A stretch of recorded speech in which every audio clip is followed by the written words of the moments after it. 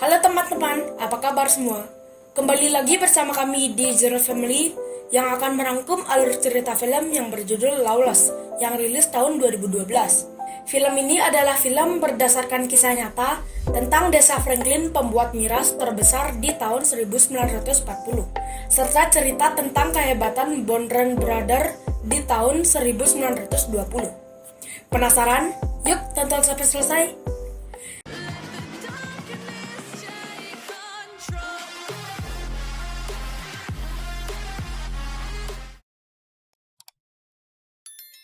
Di awal cerita, kita akan diperlihatkan 3 anak kecil. Satu anak kecil yang bernama Jack disuruh untuk membunuh babi dengan senapan. Namun dia takut. Lalu, diambil alih oleh Forrest. Kita bercerita sedikit tentang mereka. Mereka adalah Bondren Brother yang terkenal di desa mereka, yaitu Franklin Countryland. Mereka terdiri dari Howard yang paling tua. Dia adalah sosok pria pemabuk, brutal, dan pemberani. Jack yang paling kecil dan merupakan sosok yang paling lemah secara fisik, namun ambisius dan sok pintar. Dan Forrest adalah sosok yang dingin, keras, dan tangguh sebagai pemimpin Bondren Brother, yang artinya Forrest dan Howard sedang mengajari adiknya untuk membunuh sejak dini. Yuk lanjut ke inti cerita. Di inti cerita, kita akan diperlihatkan Bondren Brother sedang dalam perjalanan menuju kota untuk menyuplai minuman keras atau whisky. Mereka adalah salah satu pembuat minuman keras di desanya. Karena sumber daya alam yang melimpah, membuat para penduduk di sana sebagian besar pembuat minuman keras. Walau sudah ada larangan miras ilegal sejak tahun 1920, sheriff di desa itu sangat menghormati Bondren Brother.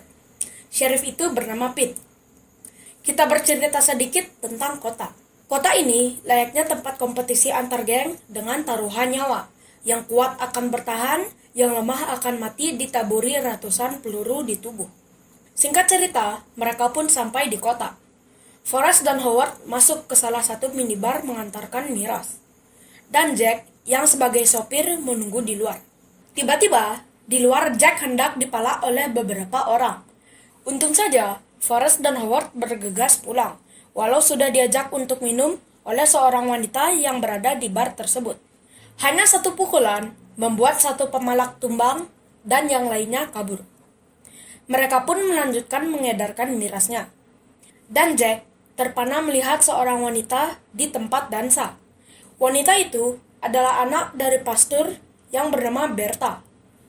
Keesokan harinya, tiba-tiba ada seorang wanita ingin melamar pekerjaan di minibar Bondren Brother. Wanita tersebut bernama Maggie.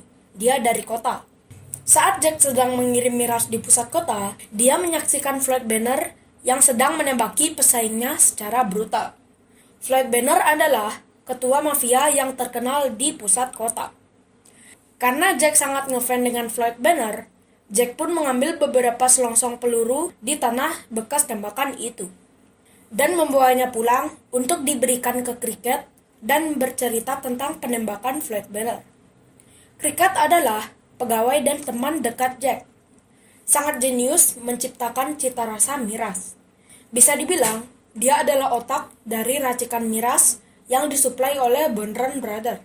Lalu, beberapa hari kemudian, datang Henry beserta anak buahnya dan memperkenalkan deputi baru yang didatangkan dari Chicago, serta membawa pengacara. Pembicaraan pun mengarah tentang pembayaran upeti. Forrest pun menolak dengan tegas bahwa dia tidak akan membayar upeti ke deputi. Walau dijanjikan, jika dia bayar upeti, dia akan aman tanpa kendala mengedarkan miras ke seluruh kota. Pada malam hari, Bondren Brother diundang oleh Jimmy. Jimmy adalah salah satu orang yang terkenal layaknya Bondren Brother dan pemasok miras. Jimmy memujuk Forrest agar menyetujui tawaran dari deputi Charlie. Dan tetap, Forrest tidak mau membayar upeti sepeser pun, karena Bondren Brother tidak mau tunduk kepada siapapun. Keesokan harinya, Pete menasihati deputi Charlie tentang Bondren Brother dan situasi masyarakat di Franklin tidak seperti di Chicago. Dalam artian, jika terjadi sesuatu atau penembakan pada salah satu warga, mereka akan bersatu menyerang balik. Mereka tidak peduli aparat atau bukan. Dengan sombongnya, Deputi mengabaikan nasihat dari Pete. Di lain sisi, Jack pergi ke gereja untuk melihat wanita yang membuatnya terpesona sebelumnya, dengan kondisi sedikit mabuk. Saat di dalam gereja, terlihat alkohol sudah berpengaruh padanya. Lalu tiba-tiba, dia lari keluar gereja. Tidak menghiraukan nasihat dari Pete, Deputi Charlie dan beberapa polisi pun mendatangi rumah Cricket untuk menemukan penyulingan minuman kerasnya. Lalu, Jack pun tiba-tiba muncul, dan salah satu polisi memberitahu Deputi bahwa dia Jack Bonran. Polisi pun disuruh menggeledah rumah, dan Deputi dengan sombongnya menghajar Jack sampai babak belur. Henry dan salah satu polisi pun sempat menyaksikan tapi hanya diam saja. Setelah itu, Forrest pun menceramahi Jack, yang sebenarnya dia tidak terima adiknya dihajar oleh Deputi. Namun, saat Forrest menanyakan apa yang akan dia lakukan sekarang, Jack menjawab tidak tahu. Lalu, Henry dan polisi lain pun datang lagi, dengan membawa surat penangkapan Bonren terlibat aktivitas ilegal, dan mengancam jika Bonren mau membayar upeti, mereka tidak akan ditangkap. Di sela-sela percakapan mereka, Howard keluar dan mengajar para polisi untuk melampiaskan kekesalannya, karena Jack dihajar oleh Deputi. Setelah minibar Bonren tutup, Maggie pun pulang ke hotelnya. Lalu, Deputi mendekatinya dan mengenali Maggie pernah bekerja di Apex Club Chicago. Keesokan harinya, saat Howard berkemas-kemas mengirim whisky, Forrest pun berpesan untuk pulang jam 11. Sedangkan, Jack sibuk PDKT-an dengan Bertha. Malam pun tiba. Terlihat Howard dan beberapa orang lainnya sedang mabuk dan bersenang-senang. Di sisi yang sama, di minibar Bonran ada 2 orang yang membuat masalah. Forrest pun menyuruh mereka keluar. Tapi, salah satu dari mereka menyerang Forrest, yang mengharuskan Forrest menghajar mereka. Saat minibar tutup, Maggie pun disuruh pulang oleh Forrest. Namun, Maggie ragu meninggalkan Forrest. Setelah Maggie pergi, Forrest pun melihat kap mobilnya terbuka, lalu dia mengeceknya. Saat dia menutup kap mobil, tiba-tiba salah satu orang yang tadi dia hajar memegangi tangannya sehingga dia tidak bisa bergerak. Dan yang satunya memegangi dia dari belakang dan menggorok lehernya. Karena berfirasat buruk, Maggie pun akhirnya kembali dan mencari Forrest. Namun apa yang Maggie dapat, ternyata 2 orang tersebut masih di dalam rumah Bonren. Mereka menganiaya dan memperkosa Maggie. Keesokan harinya, terlihat trauma pada wajah Maggie, dan perkemas akan berhenti kerja dan berpamitan kepada Forrest yang sudah berada di rumah sakit. Tapi, Forrest melarangnya dan menyuruh untuk tinggal di rumah Forrest. Dan terlihat juga di sana Howard dan Jack menjaganya di luar. Jack dan Howard pun merasa bersalah atas kejadian yang menimpa Forrest. Saat Howard sedang bekerja membuat miras, di sana Jack mengatakan dia yang akan mengirim miras. Karena dia bilang kenal dengan orang di kota yang menghargai $5 per kerat. Howard pun meremehkan dia dan menyuruhnya tetap pada tugasnya semula, yaitu menjadi tukang bersih-bersih. Kata-kata Jack pun menyinggung Howard, sehingga Howard memukul Jack. Jack pun pergi dengan kesal.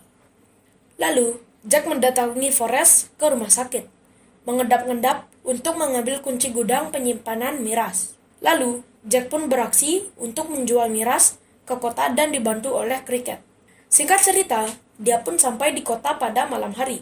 Saat dia bertransaksi dengan salah satu mafia, tiba-tiba Jack pun ditodong senjata oleh mafia itu, berniat untuk mencurangi kesepakatan. Lalu, mereka dibawa ke lubang, tempat mereka biasa membunuh orang. Lalu, Fred Banner datang dan menyuruh anak buahnya untuk membunuh mereka. Saat dia ingin dibunuh, dengan ketakutan, Jack mengatakan bahwa namanya adalah Jack Bonran, yang membuat Fred Banner mengurungkan niatnya membunuh Jack. Mereka pun melakukan transaksi, dan Jack bernegosiasi dengan Fred Banner, yang akhirnya mereka sepakat $5 per kerat. Fred Banner pun mengatakan bahwa yang menyerang Forrest adalah mantan anak buah Floyd Banner, dan Floyd Banner memberitahu alamat pelaku, dan bilang Floyd Banner tidak ada sangkut paut dengan masalah ini. Otak dari penyerangan Forrest adalah Deputi Charlie Ricks. Ternyata, seorang flag bender yang ketua mafia besar pun takut berurusan dengan Bondron Brother. Kenapa Bondron Brother namanya semakin ditakuti? Karena tersebar berita saat Forrest digorok lehernya. Dia mampu berjalan 20 mil ke rumah sakit. Keesokan harinya, Jack pun tiba di rumah. Terlihat Forrest dan Howard duduk di depan rumah. Lalu, dengan bangganya, Jack pun menunjukkan hasil dari penjualan miras ke Forrest. Forrest pun tidak begitu senang dan menasehati Jack, karena di luaran sana sangat berbahaya. Jack pun akhirnya memberitahu Forrest alamat pelaku dan mengatakan kita akan balas dendam saat malam. Setelah itu pun, Jack sibuk bersama Bertha dan mengajaknya jalan-jalan dengan mobil baru Jack sampai malam. Lalu, Jack pun pulang. Yang di sana sudah tidak ada Forrest dan Howard. Yang artinya, mereka berangkat untuk balas dendam tanpa Jack. Jack pun menyusul ke alamat tersebut. Sesampainya di alamat tersebut, Jack melihat Forrest dan Howard menyiksa pelaku penggorokan Forrest.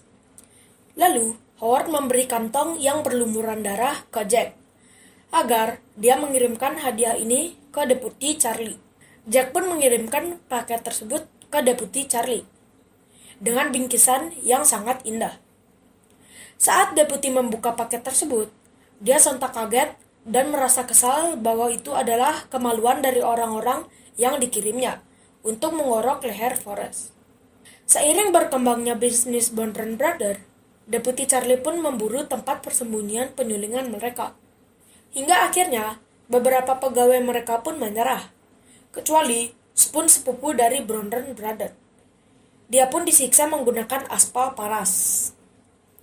Di satu sisi, hubungan Forrest dan Maggie pun berkembang, dan bukan antara bos dan pegawai lagi. Kukik-kukik pun terjadi. Keesokan harinya, Deputi mengirimkan hadiah ke Forrest.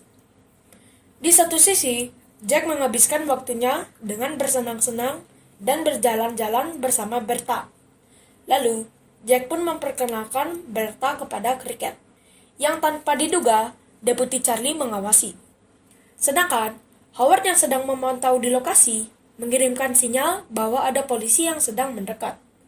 Jack pun menyuruh Cricket membawa Bertha kabur. Akhirnya, polisi tahu tempat penyulingan miras mereka. Jack pun sempat menodongkan senjata kepada Deputi, karena bantuan dari Howard. Tapi karena kelemahan Jack, Jack tidak berani membunuhnya. Lalu, Jack dan Howard kabur. Lalu, polisi menangkap Cricket, dan Deputi Charlie membunuhnya. Dan penyulingan miras mereka diledakan. Karena kecerobohan Jack, membuat usaha mereka hancur, dan Forrest pun memarahi Jack. Saat Forrest memarahi Jack, Howard pun datang dengan berita bahwa Cricket sudah dibunuh, yang membuat mereka tambah hancur, terutama Jack. Saat pemakaman Cricket, Jimmy menghampiri Forrest dan turut berduka atas kematian Cricket. Jimmy pun meminta maaf, dan Forrest mengatakan bahwa Jimmy telah mengkhianati Bondron Brother. Terlihat Jack yang dilanda kesedihan karena belum terima sahabatnya meninggal.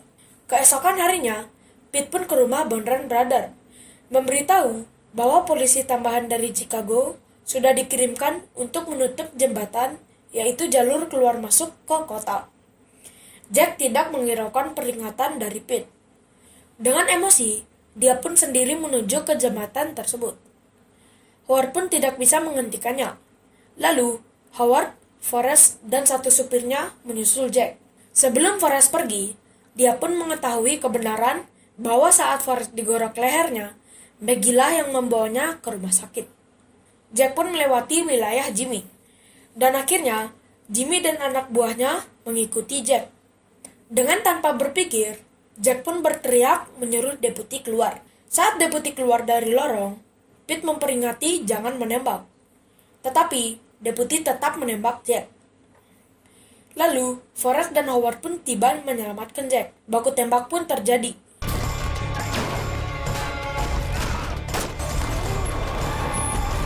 Sang supir pun tertembak.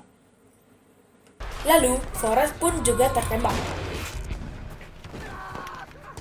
Setelah Forrest tertembak, bantuan dari Jimmy pun datang. Lalu, Pete menengahi agar tidak saling baku tembak lagi. Saat deputi sudah diperingati, dia pun tetap ngotot dan akan menembak Howard. Saat deputi ingin menembak Howard, Pete pun terlebih dahulu menembak kaki deputi. Lalu dengan pincang, deputi mundur dan ditodong oleh polisi yang lain. Pasukan Jimmy pun mendekat dengan Forrest yang ingin membunuh deputi. Namun, deputi melakukan beberapa tembakan ke arah Forrest, membuat Forrest tumbang. Jack pun mengambil senjata dari Forrest dan mengejar deputi. Begitu juga Howard. Deputi pun berhasil dibunuh oleh Jack dan Howard. Cerita diakhiri pada Desember 1933, miras pun dilegalkan. Lalu, November 1940, Bondurant Brothers melakukan reuni keluarga, yang mereka sudah berkeluarga. Oke, mari kita menyimpulkan isi cerita film ini. Hikmah yang kita petik adalah, seberapa tangguh dan hebat pun kita, baiknya selalu rendah diri. Jangan selalu membanggakan sesuatu di luar nalar manusia, karena itu adalah suatu keberuntungan dan kebaikan Tuhan kepada kita. Sekian video kami, jika ada salah atau kurang silakan komen di bawah, like jika suka, dislike jika tidak suka. Jangan lupa follow Instagram dan Facebook page kami. Linknya ada di deskripsi. Sekian dari kami, ciao!